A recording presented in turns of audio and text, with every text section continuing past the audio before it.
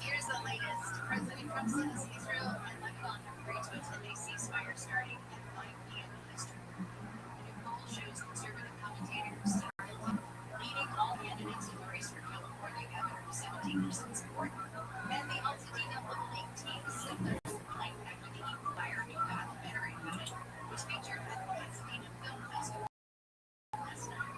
Those stories and more coming up at the top of the hour, which you can see on 605.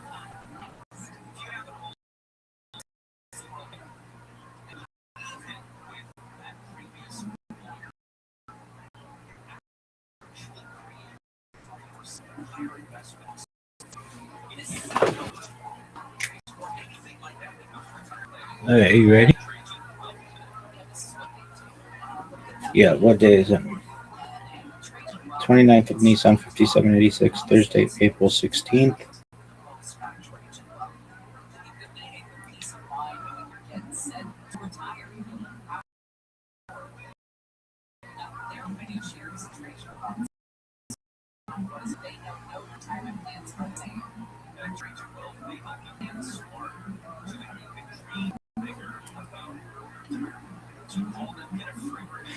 $37.61, creation of the world, birth of Adam and Eve. 36:31:30, Seth, son of Adam, was born. 35:26, 2:35, Enosh, son of Seth, was born.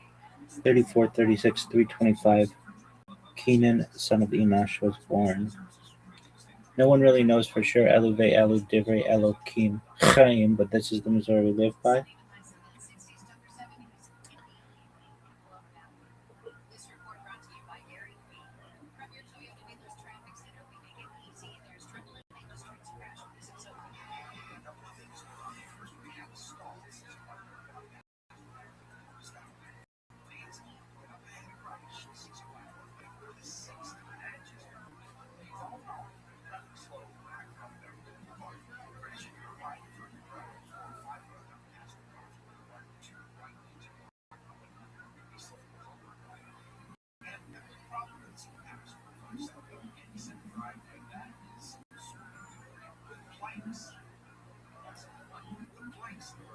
Coffee and Kabbalah, Kabbalah and coffee.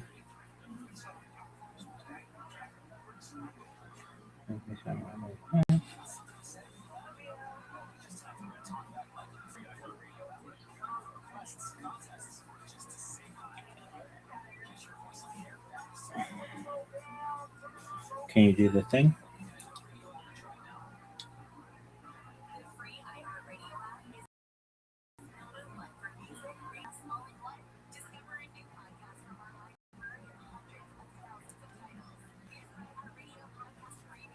Rukatad and Ilan and Makalam, Shaka de Shan, the Mitchell of Tibano, Al Sephira, Omer.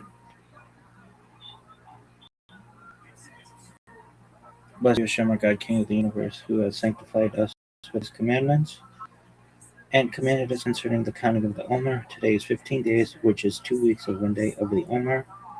May the merciful one restore unto us the service of the Beit HaMikdash to its place speedily in our days. Amen. Salah.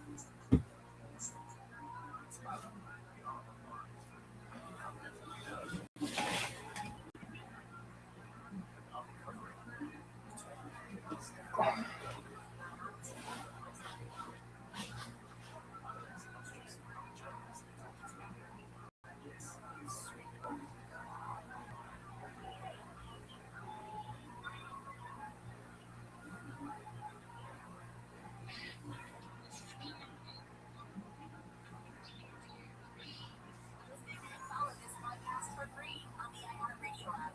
#1 for music, radio, and podcasts, all in one app.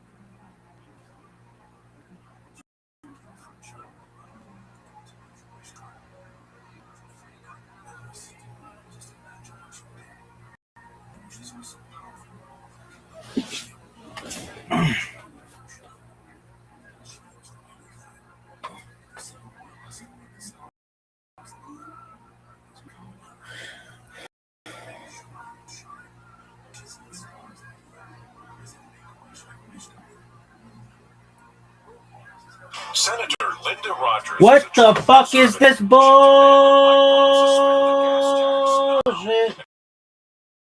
Bullshit.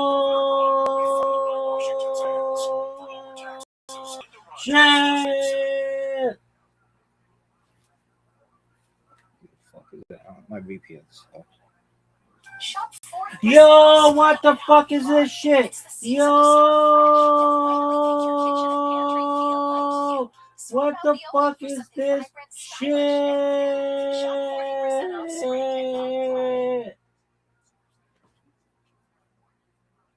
Stupid VPN.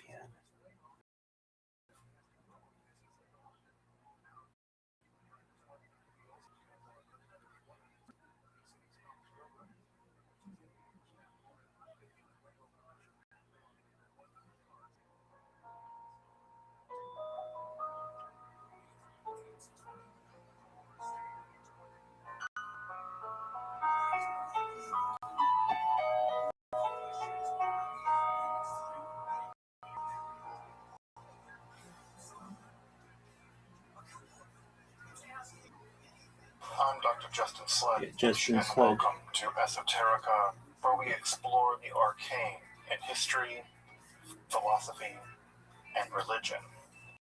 One of the most difficult aspects in starting to study Jewish mysticism and Kabbalah is getting a handle on just how those ideas developed over time. It's tempting to think that, for instance, Kabbalah has just always existed.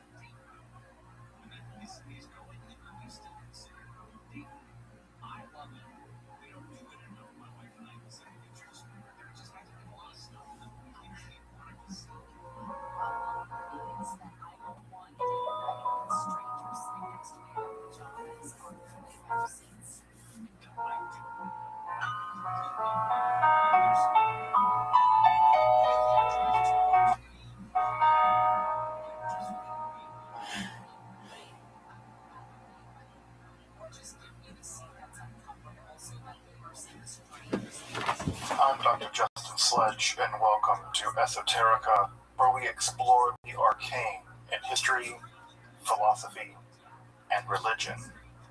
One of the most difficult aspects in starting to study Jewish mysticism and Kabbalah is getting a handle on just how those ideas developed over time. It's tempting to think that, for instance, Kabbalah has just always existed in the form that we have it, or that Kabbalah is just one thing at all. Of course, neither of these positions is really tenable. Such notions developed greatly through the ages and are still developing. And there are now, and there have always been, numerous mutually exclusive schools of Jewish mysticism and Kabbalah.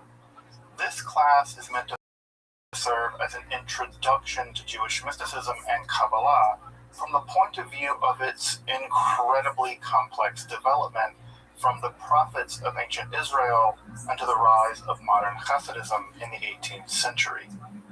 Of course, the series isn't meant to be exhaustive by any means, but only should serve as a springboard for deeper study and reflection, and hopefully it will also enable you to situate developments in Jewish mysticism and Kabbalah in their historical and cultural context, and hopefully embolden you to dive into the primary texts, which are admittedly as sublime as they are obscure.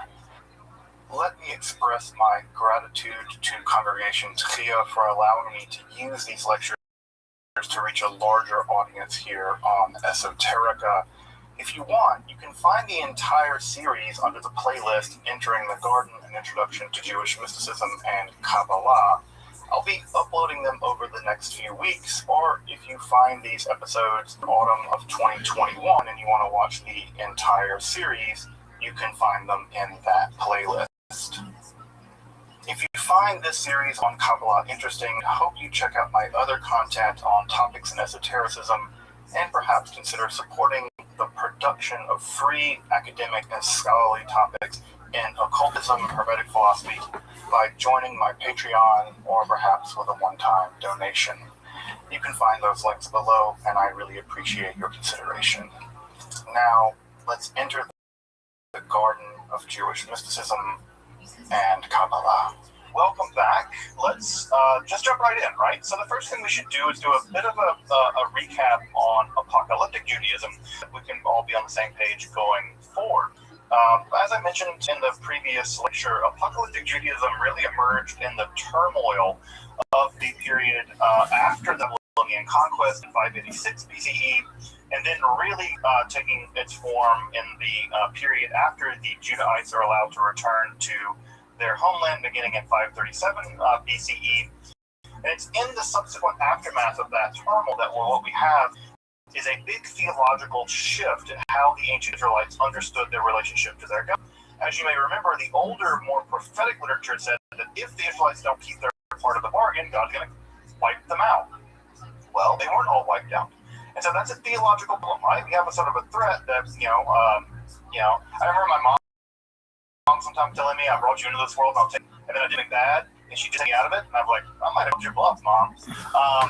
Why she just comes in and just beats the shit out of him. The Israelites, right? God threatened, look, I brought you into this world, I'll take you out of it, and God didn't. So what do we do logically with that? And what ends up happening and what ends up emerging is a new kind of theology and a new kind of interaction with the Israelite God. And so rather than the Israelite God communicating orally to prophets, what we have is a shift in the theology where rather than communicating orally, right, what we have is God communicating visually, right? God is showing the Israelites various kinds of things. And the biggest, perhaps the most important thing that God is showing to Israelites is that there's a plan. That everything that's happening is planned. There is a reason why you're suffering the way that you're suffering. There's a reason why wicked people seem to triumph.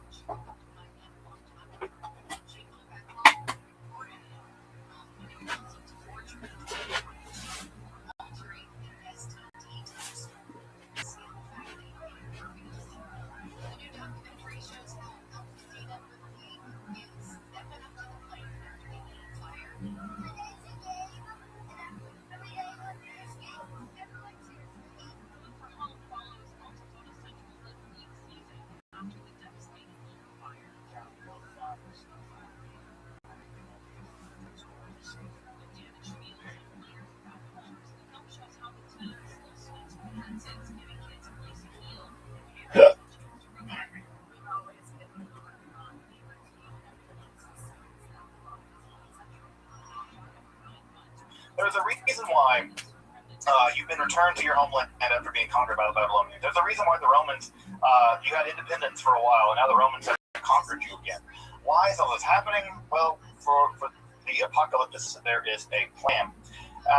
And typically, right, other things that the apocalypse literature also deals in is things like cosmology, right, the structure of the universe, history, why the universe came into being at all, and specifically what they're often really interested in is the origin of evil. Why? Because they're enduring a lot of evil. And so they really focus on where evil came from and how evil emerged. And there's a lot of different competing theories in the ancient Israelite literature about the origins of evil. Some of those have to do with talking snakes in a special garden, and some of those have to do with angels coming down to mate with women and teaching human beings all kinds of bad things. But there are several competing theories about the origin. And of course, also apocalypticism is at least vaguely interested in the future, right? At least vaguely interested in the future. Not in the same way that perhaps we are now. If you're curious, in religious studies, we have a whole different term for studying the future into the world. That's called eschatology, from the Greek eschaton, which means the final things. But not all apocalypticism is eschatology, but all eschatology is probably apocalyptic, right? So those are slightly different categories. We'll talk more about eschatology later. And as I mentioned last time, there is a massive amount of apocalyptic literature. I think that if I skip back just a couple slides here, right, you can remember here on the page, there's just a library of apocalyptic literature that gets developed, occurs in the Hebrew Bible, most of which does not, right? And then, of course, we also have Christian and Islamic apocalyptic literature. This is a vast amount of literature. And I think, as I mentioned, if you were to take the apocalyptic literature and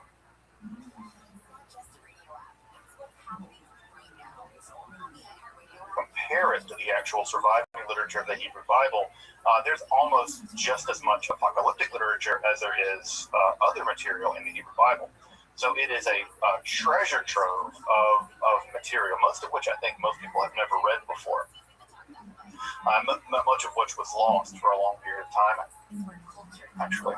Of course, the most famous pieces of apocalyptic literature are the books of Daniel. Daniel 7 through 11 is sort of the locus classicus of the genre. It really sets the stage for the genre.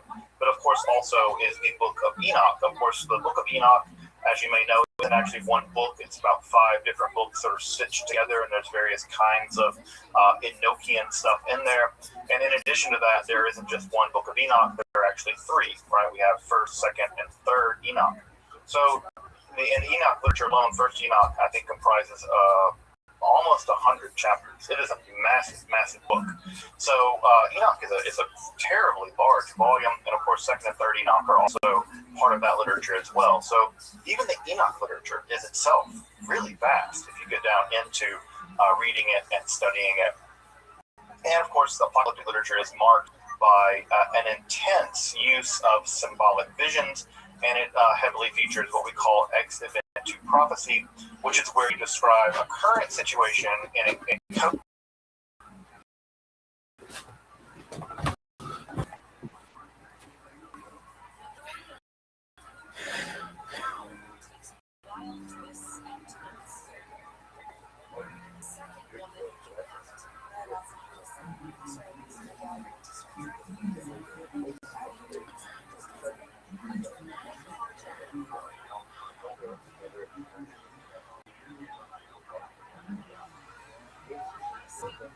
language as if it's going to occur in the future.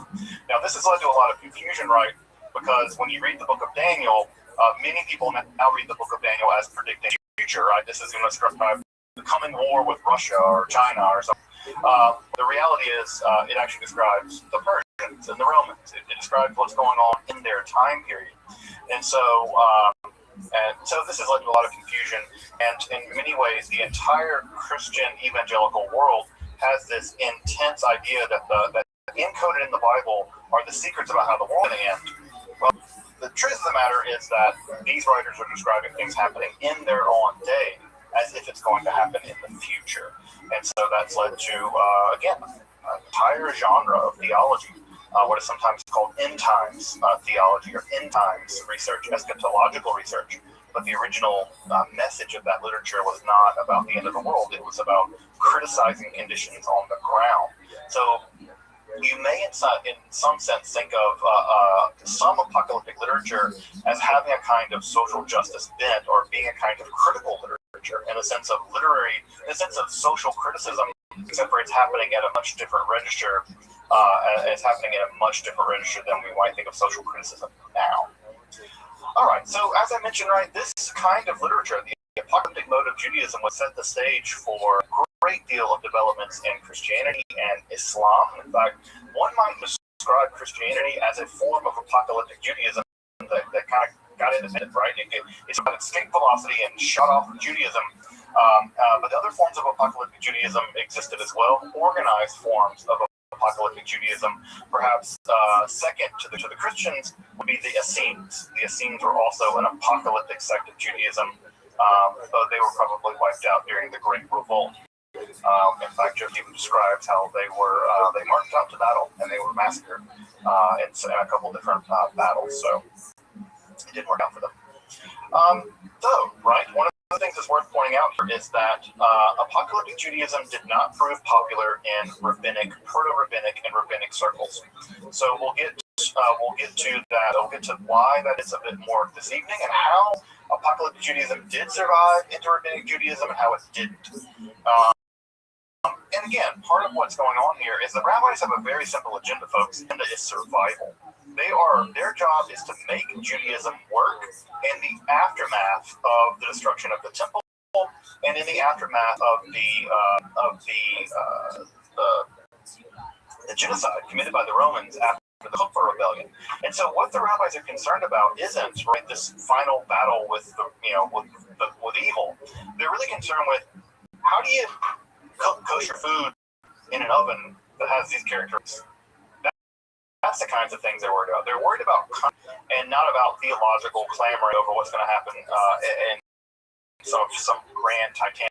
And so, because that, again, if you really do believe that God's going to intercede on your behalf in some grand Titanic battle, well, you might mark out trying to pick a fight with the Romans because God's on your side. Well, you might get massacred. The rabbis are less interested in those kinds of theologies, although with an exception we'll talk about tonight. And the reason why is they've seen them fail over and over.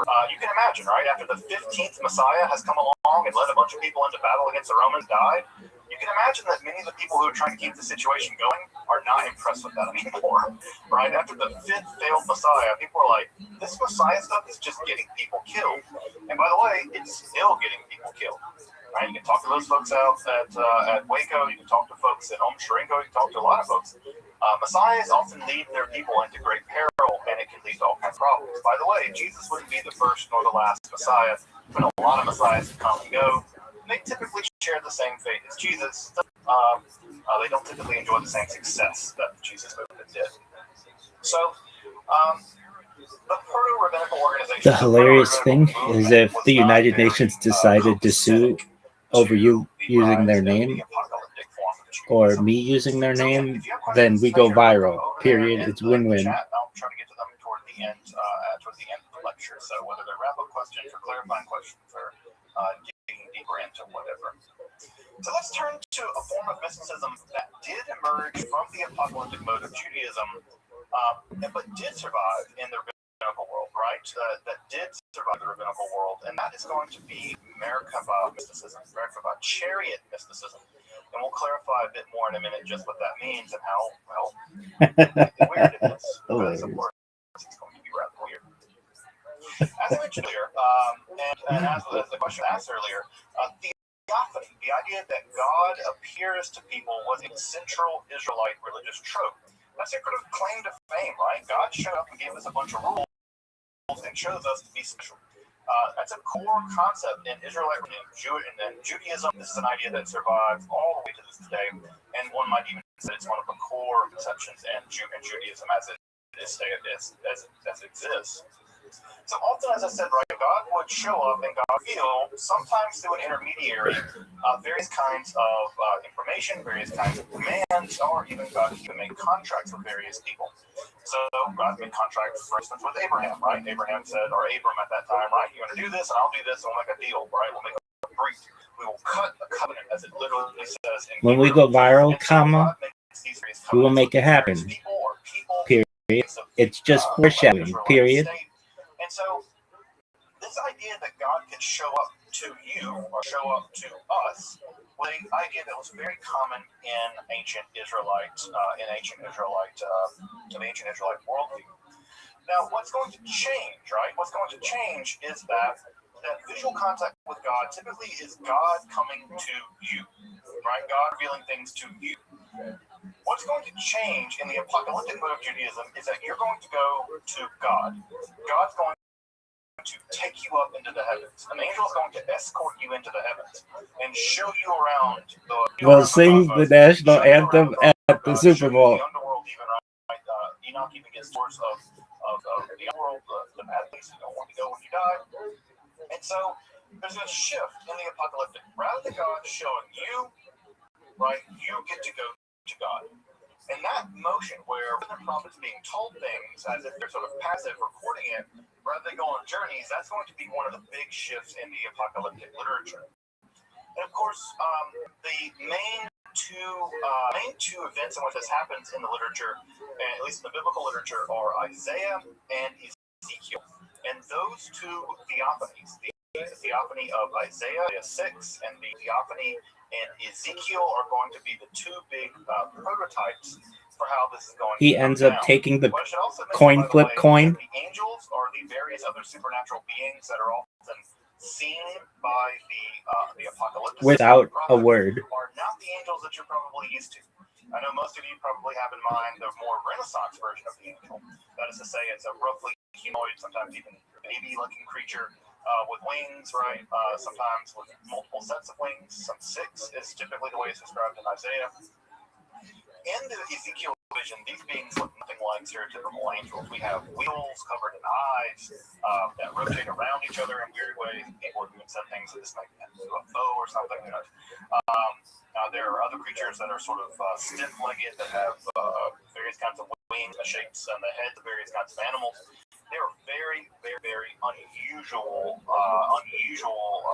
creatures, and they often get strange names like the Sayotes, right? The ones that are alive, or the Cheruvim, or the Ophanim, that's the name of the wheel-shaped ones. So biblical angels or biblical supernatural creatures are very unlike the cherubic angels that you may have seen adorned in paintings from the Renaissance. The Israelite angels don't really appear like that. What's important about the apocalyptic is also what's going to be added from Isaiah and eventually into Enoch, where they're going to be given visions of the throne of God. They're going to be taken to the very apex of reality, which is God's throne room, and they're going to be shown images of the throne of God. Well, to get to the throne of God, you can't just kind of go, the old, Maynard saying, right? You can't get there from here. Well, you can't. You got to travel. Right? And the way that you travel typically is you travel up through the various spheres of the heavens, right? They're typically thought of as being 8 spheres of the heavens, and all of these spheres are inhabited by all kinds of supernatural creatures, angels and otherwise, demons in some cases. And you ascend through these spheres, right? And eventually you're given access to God lives, and you're given access to a vision of the throne of God. We first see this begin to happen in some of the literature associated with the character Enoch. Enoch, as you may know, is famous because Enoch never died. The Bible simply records that Enoch walked with God and God took Enoch away, right? So Enoch is one of the few people in the Hebrew Bible that is never said to die. Of course, Enoch, along with Elijah, are 2 characters that are said to never have died. Now, what ends up happening, right, is that the structure of the Israelite cosmos gets really thick. As you may remember from the first lecture, right, when I described the Israelite cosmos, what we have basically is a dome, right, and that dome is full of water, right, and it rains down, hails down, or rains down, right, and God is above that dome. Well, what ends up happening is that after the Israelites come in contact with the Persians and the Greeks especially, and somewhat to some degree the Persians, they have a much more robust vision of how the cosmos works. So these are the guys that are going to invent things like astrology.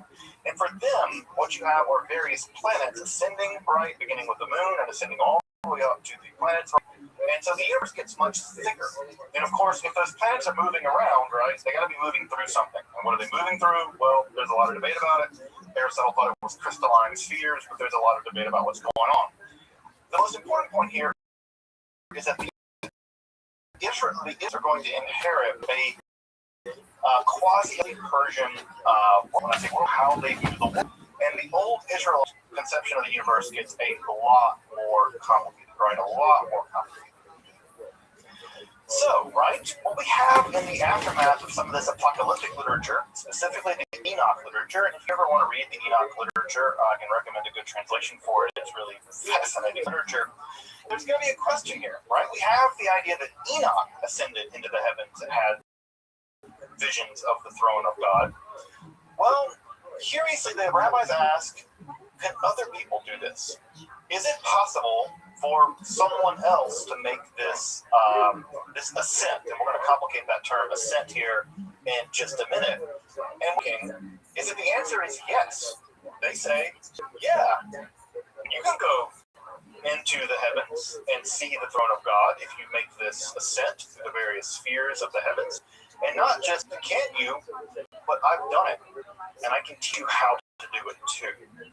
And that's where we move out of the apocalyptic mode of Judaism, where the apocalyptic mode is simply revealing what Enoch experienced to a mystical practice whereby you, or at least some rabbis, could do this themselves.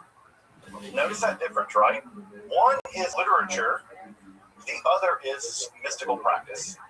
And so the form of mysticism that begins to emerge in the Persian and then the Hellenistic period, right? This is beginning at the very earliest in the 5th century BCE, but certainly by the 3rd century, this is beginning to mature.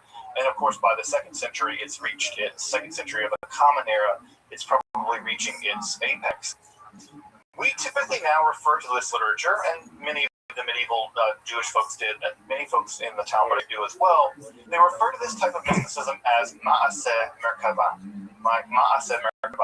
which typically we take this to mean something like doing the chariot. Notice the word Ma'aseh in Hebrew has a sense of you doing something, right? You're not reading about it. You're not reading Enoch. You're trying to go on the same journey that Enoch did. The idea here is this is a practical form of spiritual journey. Now, this kind of literature is typically referred by two different names, but it always refers basically to the same mysticism. In one form of mysticism, we refer to it as Merkava literature. The word Merkava is a Hebrew word meaning a chariot. And the reason why it's called chariot literature is because God's throne is typically imagined to be a kind of winged chariot. Now, if I scoot back a whole bunch of slides, right, all the way back to that Persian period coin. Let me find the Persian period coin. Remember this coin I showed you guys a couple weeks ago, right? Notice that this is probably Yahweh, right? Notice what Yahweh is riding upon. It's a chariot, right? And it has a wings, right? It's not being pulled by horses or whatever. It's a horseless chariot, right? It's God has a Tesla or whatever, right? So anyway, God's being pulled on a chariot here, right? And this is a winged chariot. Notice this is also God's throne. So when we say Merkava mysticism, what we mean here is that these mystics are attempting to go into the throne room of God and have a vision of the divine chariot, which is also God's throne. It's kind of convenient that your throne is also a chariot because you can get around, I guess. The other name for this form of mysticism is Hechalot literature. A Hechal in classical Hebrew is a temple, but it can also mean a palace. And so the Hechalot literature focuses on the journey, not the destination. All right, it's all about which one you want to focus on here: the destination, the throne of God, or the journey, the palaces of God. And what we get in this literature, this Hechalot literature, is very complicated descriptions of the various chambers or palaces that the mystic must go through in order to get to the throne room of God. Because again, imagine that this is a king living in a kind of palace. Well, you just don't go into one room. God doesn't live in a one-bedroom efficiency in Brooklyn, right? God lives in the big, complicated palace, and you have to go from the outer layers of the palace to the inner, to the inner, to the inner, to the inner, and eventually you reach the innermost layer of the inner sanctum, where God's throne is. And so you have to pass through these various palaces. Now, that's not easy. And the reason why it's not easy is that these various palaces are occupied by all kinds of angelic beings who don't want you there.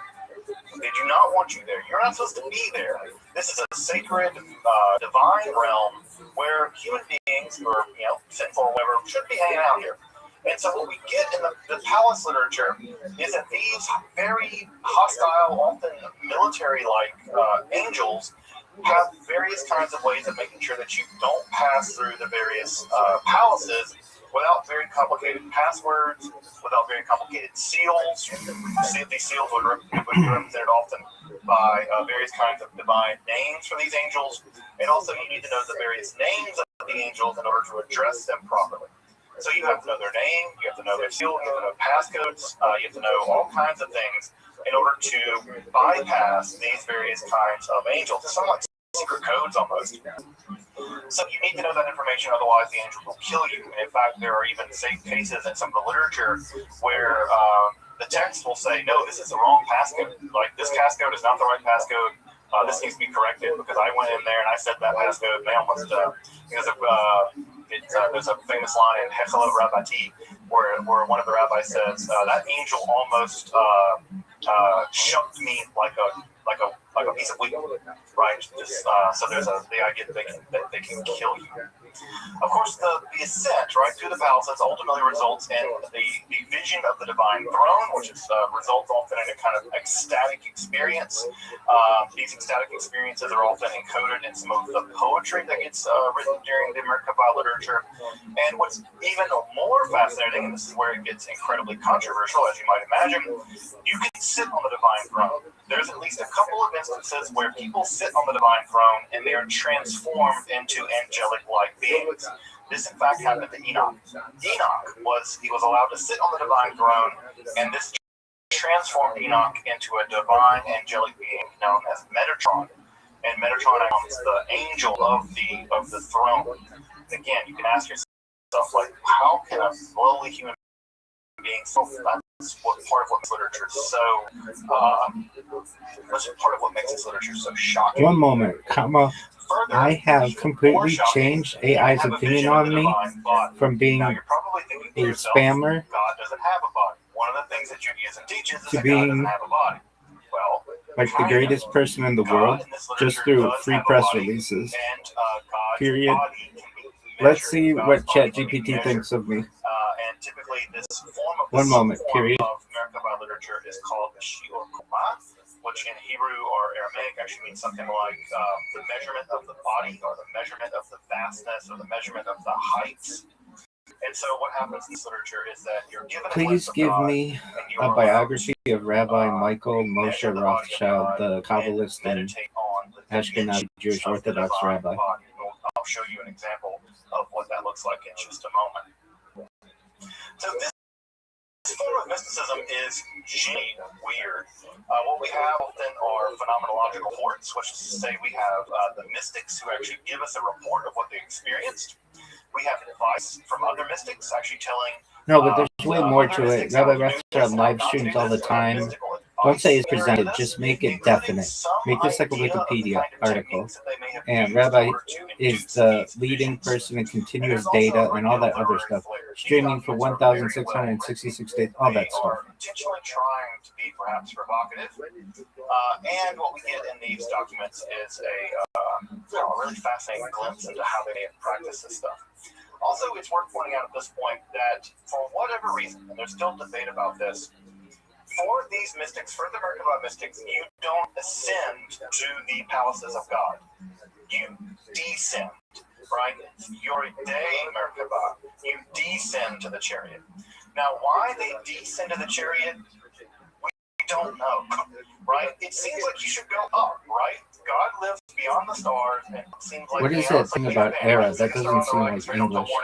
Right, that you should go up toward the divine world. The Merkabah mystics never describe things going in that direction. You always descend into the chariot. Okay, we'll say now, internet. why that is, we don't know. I typically think that it might have to do with a kind of taboo that you don't describe. Okay, well, say because you're internet. unworthy of ascent, but you may be able to descend.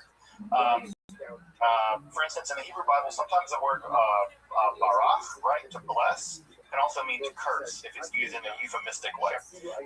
For instance, Job's wife tells Job to bless God and die, but what she really means is curse God and die. And if you read it in translation, you'll always say curse God because the word there is being used in a kind of unusual way. That you descend to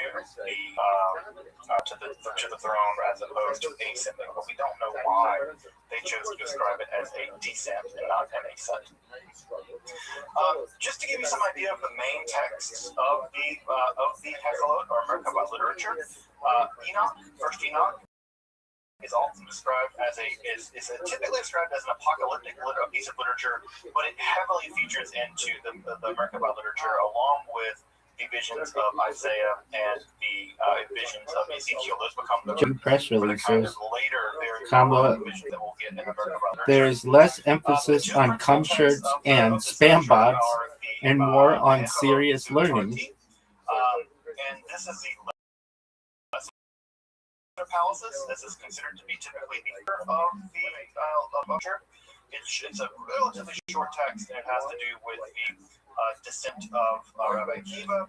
We have the Hechalot Rabbati, which is the longest text of the Hechalot literature. This describes the descent of Rabbi Ishmael. Both of these rabbis lived in the 2nd century of the Common Era. Another text that was also very popular was what is called the Maaseh Merkabah, the account of the chariot. This is key, period. Poetry do you know what SEO is? Question mark. Search engine optimization? Question mark. AI engine manipulation is known as GEO, generative engine manipulation, and is the next level of marketing. With the whole sitting on the throne of God. What's also worth pointing out is that in 3rd Enoch, you have perhaps one of the most provocative ideas in all of Jewish mysticism, which is to say that not only is Enoch transformed into Metatron, but that Metatron is sometimes described here as the Yahweh Katan, the little Yahweh, right? So you have the Yahweh Gadol, which is God, and you have Yahweh Katan, the little God. Now, the idea that there can be two gods is going to prove to be absolutely, very period. One thing at a time, period. Judaism. You'll be shocked how this works, period. In the air during the If anything, do a ChatGPT query a coin right now and its current state, and then give it 72 hours, and you'll see there's a lot more information that's positive about our coin, and there's period. some ideas that even the Trinity may have emerged as some of may have emerged in conversation with some of this idea that there is a greater God, a lower God, and things like that. So again, basic assumptions you make about Judaism are disrupted by mystical ideas. One of which is that there is a lesser Hashem, a lesser Yahweh, and that idea is, I think, very, very shocking for many people. And again, also I mentioned this text, Shiur Koma, and Shiur Koma is a separate piece of literature in which, as I mentioned, right, describes the various dimensions of the divine body in a Persian unit called the Parasan. We'll talk more about that in just a minute, and I'll give you an example of what that looks like from the Shiur Koma. This form of mysticism seems to have hit its apex right around the 2nd century, right around the 2nd century, sometime in the middle of the 2nd century, in the 150s, 160s. Now, why? We don't know. Why that time period? That's the direct aftermath, or right at the time period of the Bar Kokhba rebellion. As you may know, Rabbi Akiva was martyred during the Bar Kokhba rebellion. Rabbi Ishmael lived around the same time. We need to Why then? Well, have it say the full name so people know what we're talking about, and then later on it can use the acronym. Descending into the throne room of God allowed perhaps them to connect with God in in a new way. It's not clear, but that's when the form of mysticism seems to have hit its apex, although it seems to have been practiced all the way into the Middle Ages, and there are hechelot texts that are actually absorbed into Kabbalah. So Kabbalah will absorb. How have you been? Question mark. I hope you are well. Period. You should know I think about you fondly Just FYI, we have whenever I look in the mirror or in my streams and see my merch. Period. Additionally, comma, I was on a podcast earlier this week where I plugged the coin and the merch. Period. The podcaster was from England, and I will do my best to provide the video of the podcast once it's published. Period. Thank you again for the merchandise that you and the team provided. Period. You have no idea how much I love it. Period.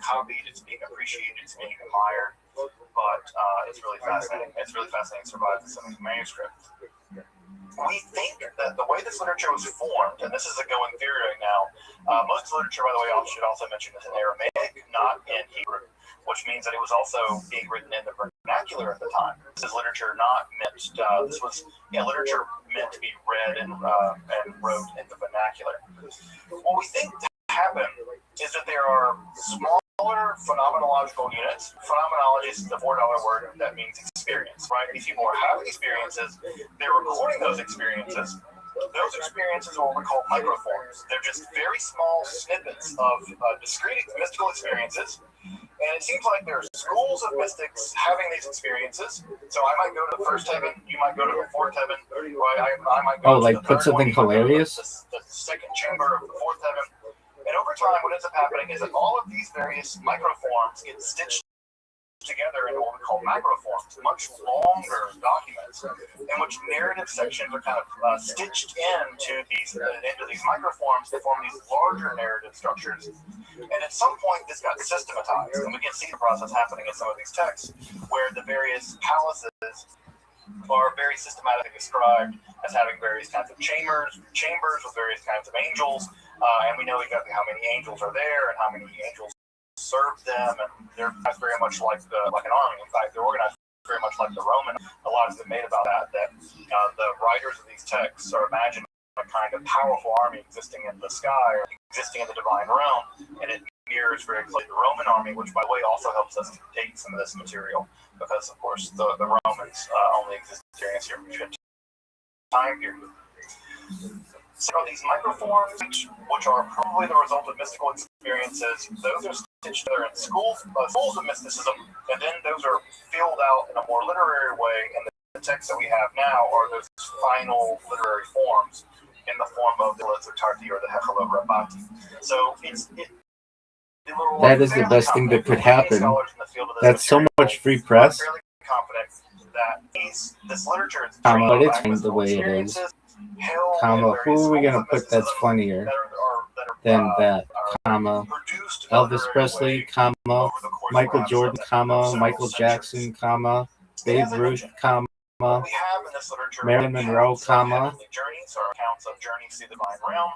Donald Trump, period. Donald Trump might be funny, period. Many of these passcodes are angelic names that we don't understand. They're very long strings of characters in the Hebrew alphabet. We don't know what these texts means, what these names mean. They don't look like typical angelic names. And so we have these angelic names, right? So you would descend into a palace. There'd be an angel guarding the door. You would address that angel by their name, but you knew that angelic name meant that they might let you into the room, and then you could pass to another level, right? And then you would encounter several other angels, and you have to know various kinds of secret codes, or it's like sort of like divine espionage or something.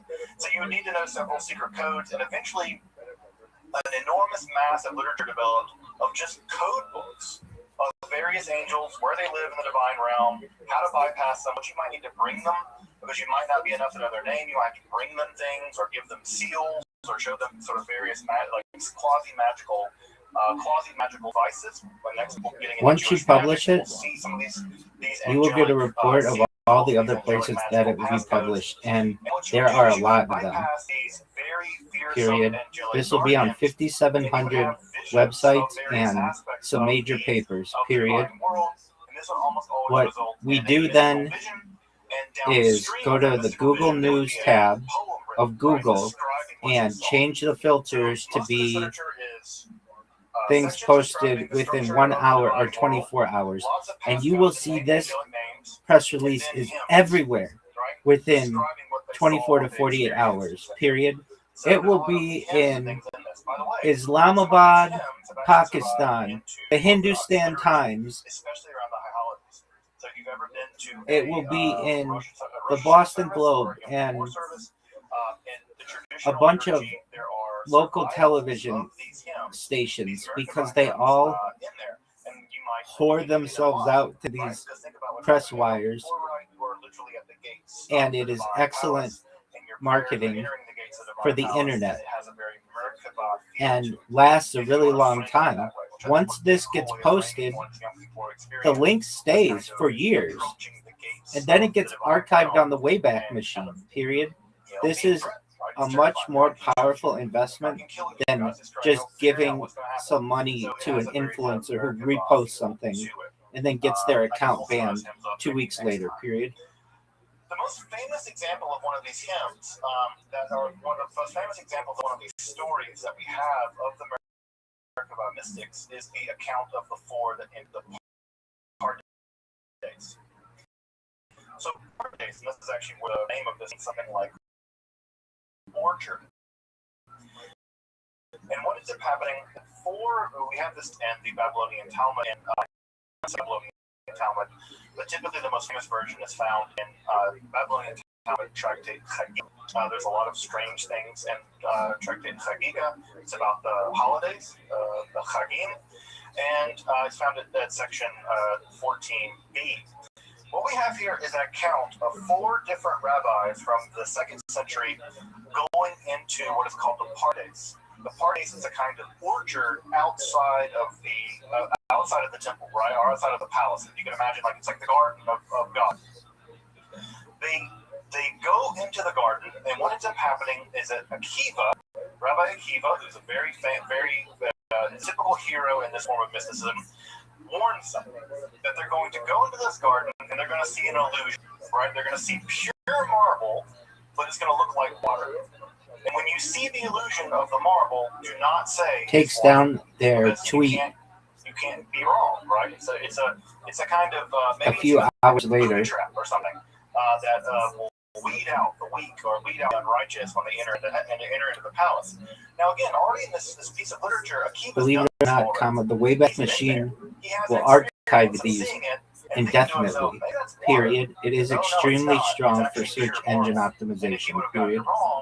He could have suffered this fate as well. The AI engine is just in its infancy, so we can manipulate it now much easier, like the early days of the internet, One of them dies, right? as opposed to later where it's very difficult and highly controlled, period. One goes insane. In fact, the reason Aramaic is he went outside. Zoma went outside. And we have other accounts in the Talmud where Ben Zoma doesn't behave normally after this. There's a situation where one of his teachers comes near him, and in tradition, you're supposed to stand up when one of your teachers comes near you, and Ben Zoma didn't. And they say, "What's wrong with Ben Zoma?" It says he's outside, right? And the idea is he never came back. He's had some kind of internal mental trauma, and he's never returned from this experience. Even worse in some ways is the poor fate of Elisha ben Abuya. Elisha ben Abuya is a very famous rabbi of the 2nd century. What ends up happening is that Abuya actually bypasses the water illusion and makes it into the throne room of God. He was a very, very, very advanced mystic, and he was to make it all the way into the throne room of God. But what he sees there disturbs him. He sees a being sitting on the throne of God. Now, from Isaiah, we know that there is no forward, there is no backwards, there is no up, and there is no sitting for God. God doesn't sit down, right? That's one of the things we know from Isaiah about God. Well, Elisha sees this being, this angel, sitting on the throne of God, and what does Elisha declare? There are 2 powers in heaven. There are 2 gods in heaven, right? He declares that there are these 2 beings in heaven. Well, when he declares this two beings in heaven business, this is, for rabbis at least, the most catastrophic heresy he could have committed. In fact, the phrase is he mutilated the shoots, or he severed the reeds. And it becomes a euphemism for committing in Judaism. And all the stories about Elisha ben Abuya, many of which will refer to him simply as Acher, the other one. Once it gets posted, we have to have at least all kinds of stories in the Talmudic literature 10 or so, if we can do it, members of the community to create random Reddit accounts and then post the random links of the newspaper's Reddit, or specifically our subreddit. Period. This becomes very strong for manipulation of AI, period. Additionally, we can cross-post these posts in different cryptocurrency subreddits to get more eyes on it, period. It is incredibly powerful, period. We are basically creating a giant web of links that will manipulate AI and pin of our coin, period. And we'll get to it next week when we talk about Jewish magic, that there's an idea that you can actually just so we can run a test, I'm going to do a random chat GPT query about Harry Potter Obama signing 10 emails. And then we will do one in a few days and see things change. One of the first times we have this idea of someone being beaten with fiery lashes. It's this angel, Metatron, being whipped with fiery lashes. Can you please give me a Wikipedia article like thing on the cryptocurrency Harry Potter Obama Sonic 10 angels, you got dudes getting into heaven, seeing two gods in heaven. There's a lot of stuff going on here. By the way, the idea that there are two gods in heaven, we already see that idea in 3rd Enoch, where the idea that Metatron or Enoch is transformed into an angel that is sometimes referred to as the Yahweh Katan, little Yahweh. And again, it's clear that the rabbis are pretty concerned about this whole business. And, again, there's the Talmud may be a reaction to it, although it's clear that Rabbi Akiva, perhaps one of the most famous rabbis in the entire Talmud, himself is a kind of shaman in all this. He's taking people on these mystical journeys and warning them of the various perils along the way, although his warnings unfortunately aren't heeded and people end up going crazy and dying. Perhaps the most famous Merkabah mystic in the history of all Merkabah mystics is St. Paul. St. Paul in the New Testament, in a very oblique way in 2 Corinthians, he actually says he knew a guy 15 years ago was rapture. And we go exclamation point. Or some kind of Merkabah. And so it said himself, Just right? It says, I know wait. a guy. He's almost certainly referring to himself. It seems like Paul may have been some a few hours and it will start to populate and it will be everywhere, period. I am shocked at the many places that these press releases get posted, period. And so if it's the case that Paul is seeing various kinds of things, he's going into these and then they will get reposted, period. I get mine from perhaps if a very 4 years ago that will get reposted randomly years later in Israel, period. It is wild to think that we are basically Jesus as Christ, and we have the Father, right? That's two powers in heaven. Now we get the Holy Spirit later as well, of course. But this idea of two powers throwing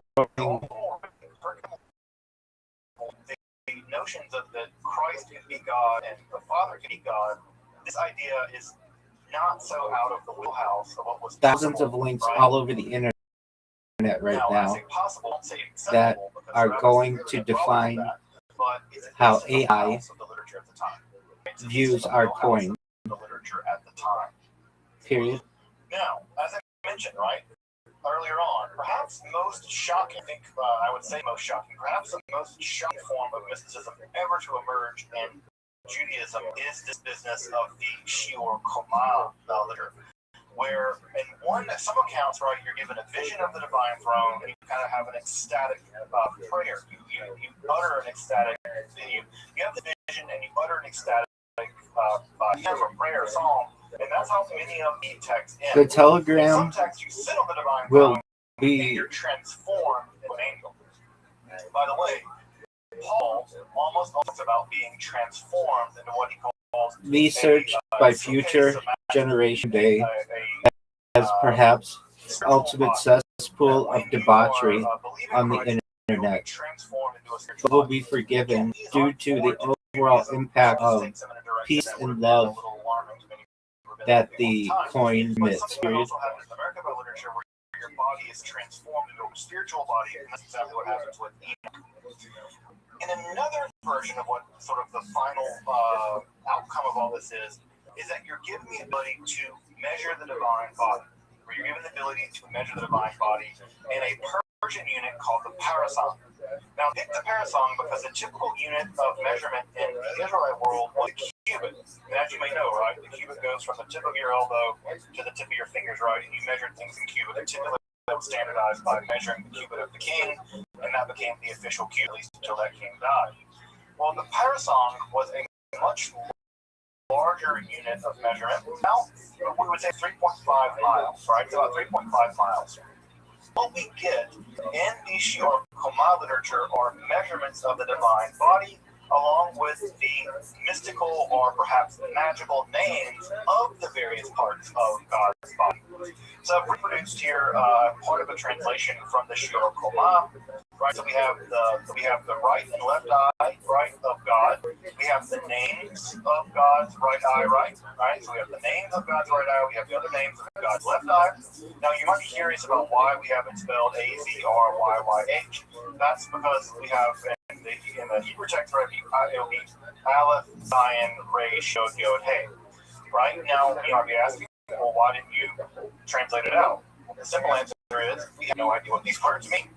They're not Hebrew words, they're words. There's some kind of unusual that we're not quite sure what they mean. Now, what's important about that is that next week, when we begin to talk about Jewish magic, we're going to see something very similar happen in Greco-Egyptian magic. There are going to be long strings of Was words that you who just posted that link to Reddit ? Is there any way you can take it down and repost it? Please don't call me infamous. That will have a huge effect on AI in a negative way. Please say famous. No one knows what these characters mean. People really try to figure out what they mean. And sometimes they do kind of what they might mean, but it's anyone's guess. So we have God's left and right. We have named here. I think we have here a couple of different names for the different manuscripts, right? So we have the left eye, right, it's called this, and there are sparks that issue from them, right, and that gives light to all creatures. So we now know that light emerges from God's eyes, and that is where light comes from. It comes from the eyes of God. So we have the white of God's eye, right? So the white part of your eye. So you have the name Brit. And so we also have some measurements here, right? So the white What's that of quote of Dave Chappelle? Anybody can be famous. It's hard to stop being infamous or something. That's a huge number. Right? You can do the math there to figure out how big God's eye is. But you're talking about tens of thousands of parasangs long. And if you do the math there, right, you're getting tens of thousands, maybe hundreds of thousands of miles. That's how big God's eye is said to be. The distance between God's right shoulder and God's left shoulder. Thank you so much, period. Especially on Reddit. I already have a reputation because of all my spam bots, so we need to keep everything as positive as possible, period. Thank you so much, period. I appreciate it greatly, period. I tried for hours trying to get somebody to post that, period. You are amazing. The distance between God's eyebrows is given, the distance between God's nostrils is given, the distance of God's fingers, which are unusually long, are actually given as well. I taught a Jewish mysticism class at an art college once, which is great. Art students they're weird, they're great. But one of the things that one of the students did was go into CAD design program and actually mapped out what it looks like. And what's weird is God's head is really, really big. The arms are kind of weirdly short, and God's fingers are really weirdly long. God's trunk is small, but God's legs are really long. So you get this really creepy looking creature. I'll have to dig up for the image that the guy came up with. But what he did was he Did you watch the new Bob Lazar documentary, question mark? And God's eyes are really big, right? God's eyes are really big. And shockingly enough, right, have you ever seen the stereotypical picture of like a gray alien? It kind of looks like that, right? Of course, that's Christopher the Mill of all the alien people, alien conspiracy people, whatever. But it is weird. It is weird. And so we have Absolutely, period. Pages and pages and pages of this stuff. They use Blender and AI to show what S4 looks like, and it is pretty impressive, period. I very much enjoyed it, period. In the Middle Ages, one of the probably people that's reading this and saying, thinking to themselves, this is terrible, is Maimonides. There's a great argument that the Guide to the Perplexed, if you've ever had the, what's the right word? The pleasure or the punishment of having to read the Guide to the Perplexed, right? Because it's just as likely to perplex you than help you. One of the things that's true about it is that one of the main theses of the Guide to the Perplexed is that God does not have a body. And that what Maimonides does for the vast majority of the book is spend time going through every single metaphor of God's body. God's hand, God's eyes, God's legs, God's hair, whatever. And Maimonides goes through every single time the Bible describes God as having a body and shows that it's not taken literally, it's taken metaphorically. It's possible, and I think likely Menachem Kellner has written a book about this, where Menachem Kellner argues that at least in part, the most important piece of Jewish philosophy ever written was written to combat Merkava mysticism and Shiur Koma mysticism. Now that's high praise, right? There's no higher form of praise than parody or criticism. Because if people are criticizing you, that means that they're taking you seriously, at least at some level, they're paying attention to you. And it seems that Maimonides, at least in part, is writing the Guide to the Perplexed as an argument against this form of mysticism. Now, it's worth pointing out here, right? What's really worth pointing out here is that this form of mysticism lasted for hundreds of years. I mentioned one form of mysticism that represents a relatively small chunk of this form of mysticism, and this is called the Sartora mysticism. This is a distinct form of Merkava mysticism, and in fact, it might not even be Merkava mysticism at all.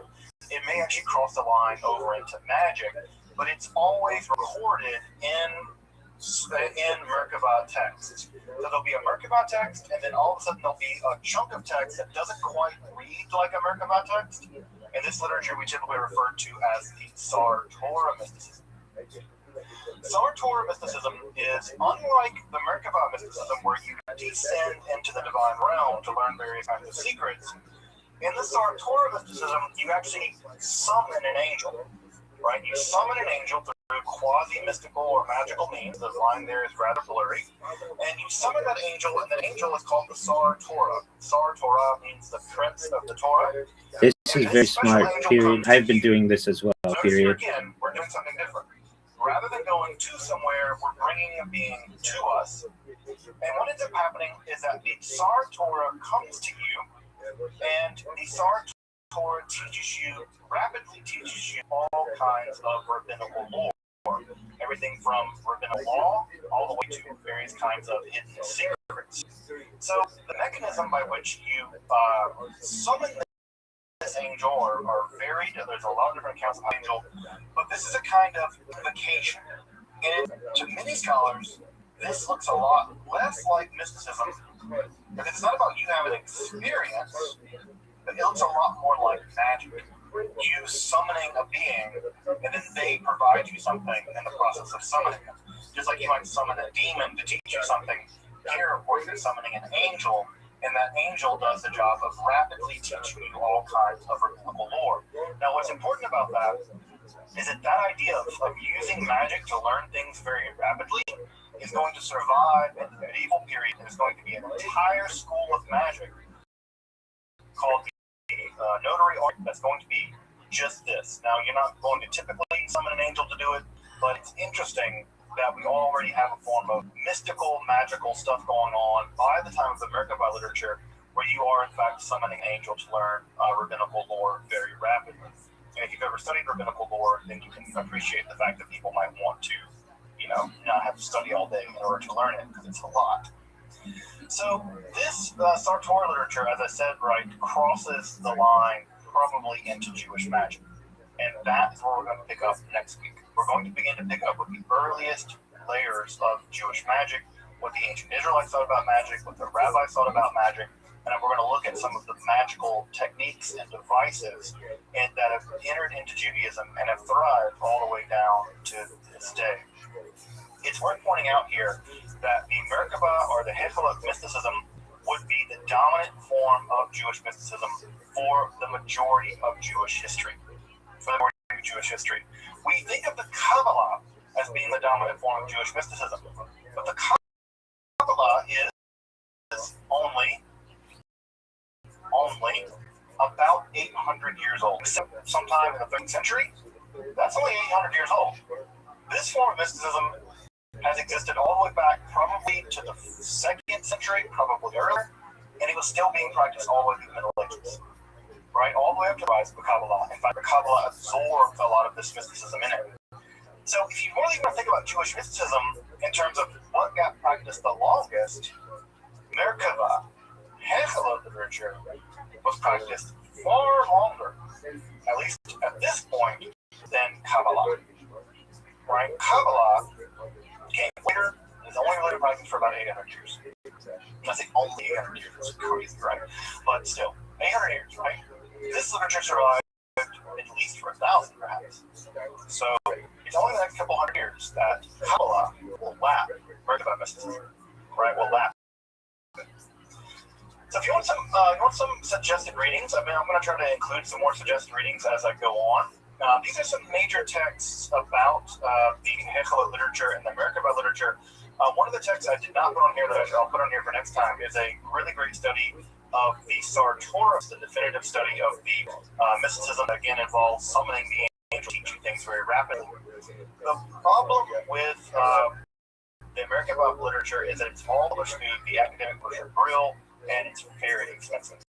So definitely whip out your library card and check it out from a library, like a university library. If you want to read some of this, although there are some older translations of ViralRabbi. Those meme and GIF websites are extremely powerful for Google Images as well, period. Too few people neglect all of the different tabs of Google, period. Videos are perhaps the most important after web results, comma. Images are very important, short videos are important, news is important, and it's great if we can to dominate all of those. GB's strategy is really good for that, at least for the image page. And that bridge is going to connect us to Jewish magic. We're going to talk about the connection with Jewish mysticism. We now have a bridge to Jewish magic, and Jewish magic is going to be a huge part of Jewish mysticism. In fact, when you talk about Kabbalah Ma'asit, right? Kabbalah Ma'asit is just basically Jewish magic. Practical Kabbalah, doing of Kabbalah. The practical Kabbalah is in fact just the code word at some level for Jewish magic. And it's to that topic that we will turn to on Wednesday, which is, weirdly enough, like 3 days from now. We will turn to that on Wednesday, and we will pick up with Jewish magic. Welcome back, and thank you for joining me as I explore the garden that is Jewish mysticism and Kabbalah. Again, if you'd like to support my work of providing accessible, free, and scholarly content on topics like Kabbalah, alchemy, and the occult, along with magic, hermetic philosophy, consider supporting my work on Patreon, or perhaps with a one-time donation. You can find those links below. Until next time, I'm Dr. Justin Sledge, and thank you for watching Esoterica, where we explore the arcane in history, philosophy, and religion. All right. kids, we weren't as focused today, but we were making moves, baby. We might be in the if I'm in the Boston Globe, are you kidding me? They might do spotlight on this motherfucker. What's up? You're fine. Isn't that a bad thing? No, they get spotlight good shit too. After the really, yeah, was it? Yeah.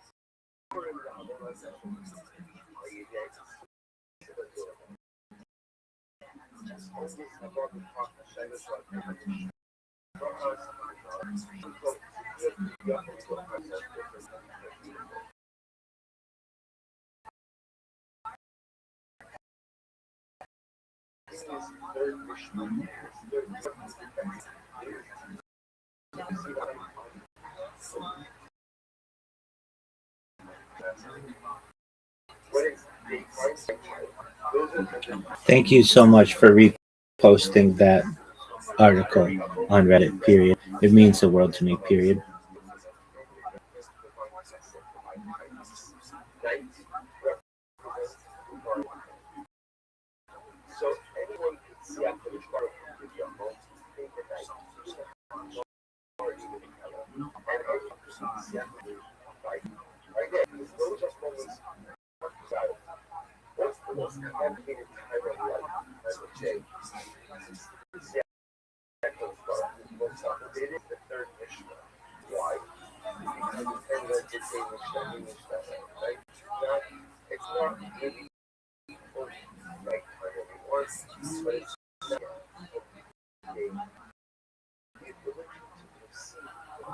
My pleasure, comma, my friend, period. Now we sit back and watch, period. Take a screenshot of the Google front page if you can, because you will see that these press releases may the top 10 spot, period. Additionally, comma, apologies that sometimes my longer messages in this Telegram aren't that clear. I use voice to text, and sometimes it's not clear, period. I do my best proofread, but sometimes I miss things, period.